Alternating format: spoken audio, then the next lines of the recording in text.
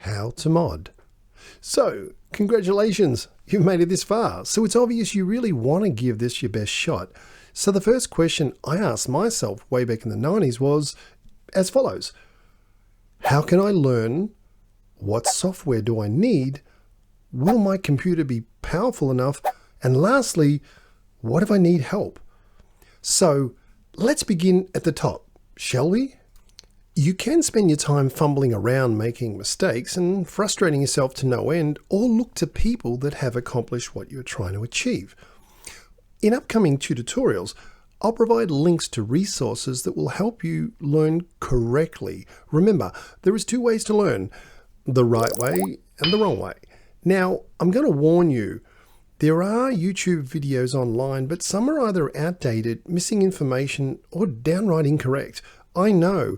That's why I started the DayZ Academy, was to dispel misinformation and make things simpler for entry-level modders, as well as advanced modders with some updated tutorials. Firstly, be willing to accept there is a little bit of a mountain to climb. When you start, it's not mammoth, but it's going to take focus and it will take a lot of patience. As you proceed through the DayZ Academy tutorials, we will build a good foundations, some workflow and standard practices. Why is this important? Well, if we all have standard procedures, it makes it easy for the community members to assist one another. Things like folder structure, naming convention, and file placement. This makes it far simpler when you ask someone a question and they know where to look in your map folder or direct you. Or if they tell you to check a certain file for errors. Time and time again, people ask me for help and I say, check the layers config, and they tell me, it's not in the folder you said. Don't sweat. In the next tutorials, I will teach you step by step how to create a proper folder structure that will ensure you have little issues when it comes to support. Let's move on to the next big question. What software do I need? Apart from a purchased copy of DayZ installed, you will need several tools, and they're mostly free. To start your journey towards modding, here is a brief list. DayZ, DayZ Tools, Notepad++, Photoshop or GIMP, which is free, L3DT Free or L3DT Pro, Mikiro's Tools, Blender, if you want to make 3D models, Discord, mind mapping software. I like MindMeister, it's free. There are other specialized tools, but I will get into them in a later tutorial. Stop. You don't need to install them right now, as I will provide links to each download shortly. Also, each one of these tools needs to be set up correctly to function smoothly. So don't rush in and create more issues before you start. I promise I'll cover these in detail and show you some cool tricks to make working smoother and much easier and more fun.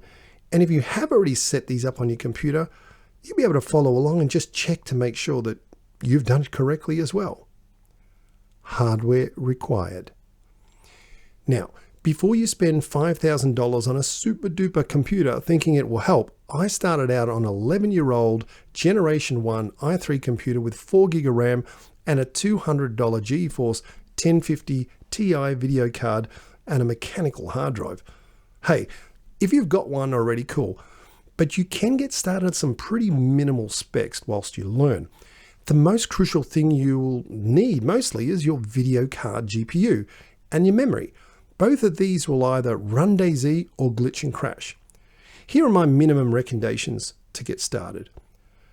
i5 processor, 8 gig of RAM, NVIDIA-based GPU, a 10X series and above. I love the 1050 Ti. SSD drive for read and write speeds, and a large bucket full of patience. I spent almost a year on the same old PC before I upgraded to a newer one due to a hardware failure issue.